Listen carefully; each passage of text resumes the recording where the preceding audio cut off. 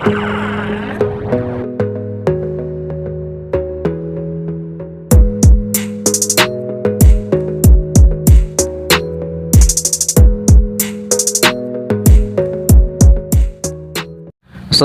warahmatullahi wabarakatuh. Alhamdulillah wassalatu wassalamu ala Rasulillah sayyidina wa maulana Muhammad bin Abdillah wa ala alihi wa ashabihi wa man walah wala haula wala quwwata illa billah. Maba'dah, kembali lagi bersama Kimil Sarukan Official. Jadi kali ini saya mau mengisahkan tentang mimpinya orang yang soleh. Karena mimpinya orang yang soleh dan orang yang belum soleh itu berbeda. Orang yang soleh itu tertidur karena gara-gara capeknya beribadah. Nah, berbeda dengan orang-orang yang seperti kita ini, tidur waton geblak ya, waton geblak seenake dhewe, nggak wudu pula, tidur nggak berdoa.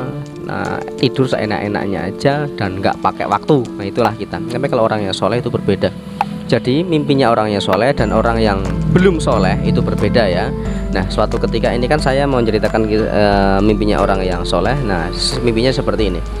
Suatu ketika kan beliau bermimpi itu melihat di alam kubur itu banyak sekali orang-orang yang rayaan, saling berebut makanan. Nah, saling berebut makanan, dan ada salah satu seseorang, yaitu bapak-bapak.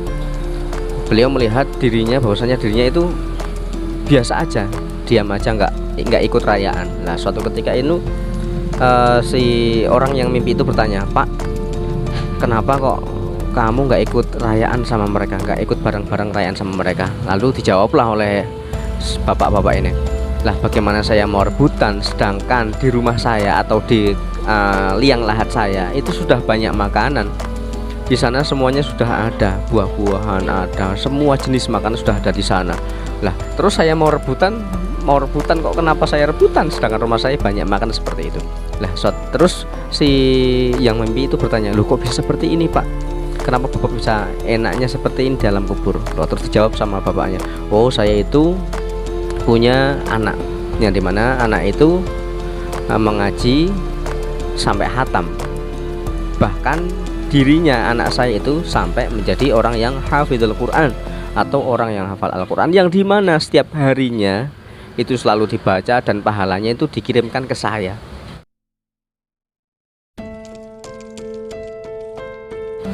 Nah, seperti itu. Lalu orang yang mimpi ini bertanya, "Anak Bapak itu tempatnya namanya siapa?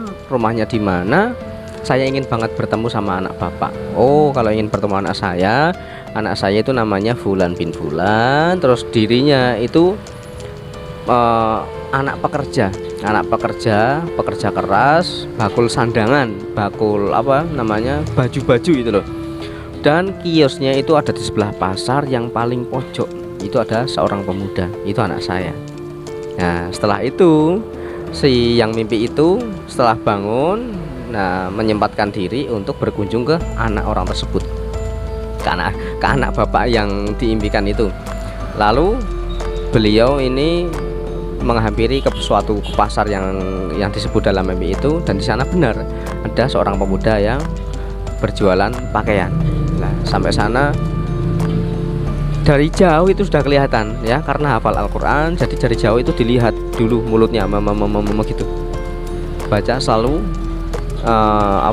wiridan, selalu tadarus Al-Quran.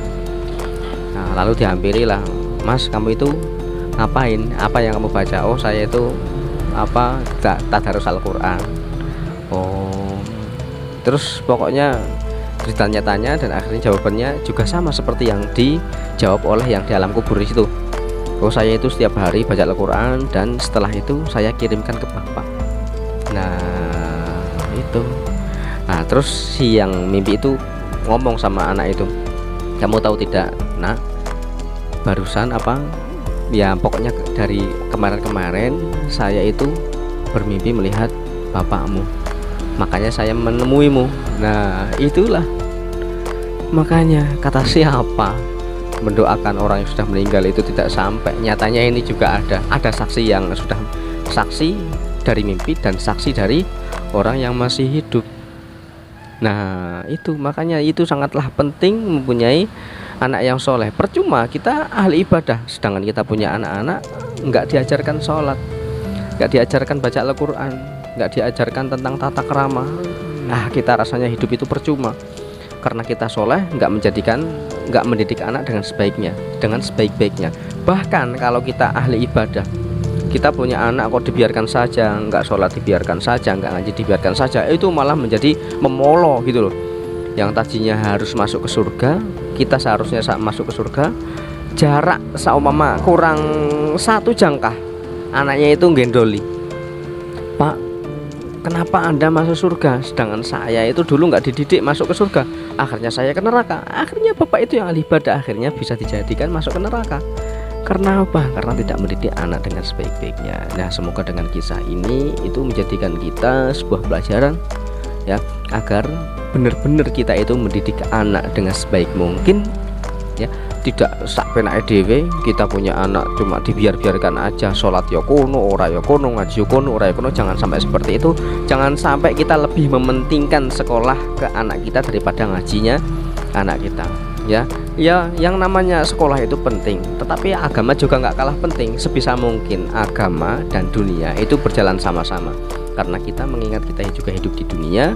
Karena hidup di dunia itu mencari kerja juga untuk sambil kita ibadah, bukan ibadah kita yang samben untuk kita kerja. Jangan sampai kebalik ya. Makanya marilah kita sama-sama belajar dan memberikan pendidikan terbaik untuk anak kita. Sebisa mungkin pendidikan agama masuk, pendidikan akhirat masuk. Kalau kita nggak bisa pendidikan tentang dunia, ya biarkan sekolah yang menjuruskan. Nah, kita tugasnya itu menjalurkan anak supaya anak itu mencintai dengan agama, mencintai dengan Allah, mencintai dengan Rasulullah, yang nantinya, yang pastinya itu juga akan memberikan kebahagiaan tersendiri untuk orang tua. Apalagi kok anak tersebut bisa mengajar, itu pahalanya jariah sangat banyak. Anaknya mengajarkan, orang tuanya itu juga mendapatkan dari anak dan anak-anak yang diajar oleh anak kita, seperti itu. Semoga video ini bermanfaat. Jika ada kurang lebihnya dalam saya menyampaikan, saya mohon maaf sebesar-besarnya. Billahi taufiq wal hidayah. Wassalamualaikum warahmatullahi wabarakatuh.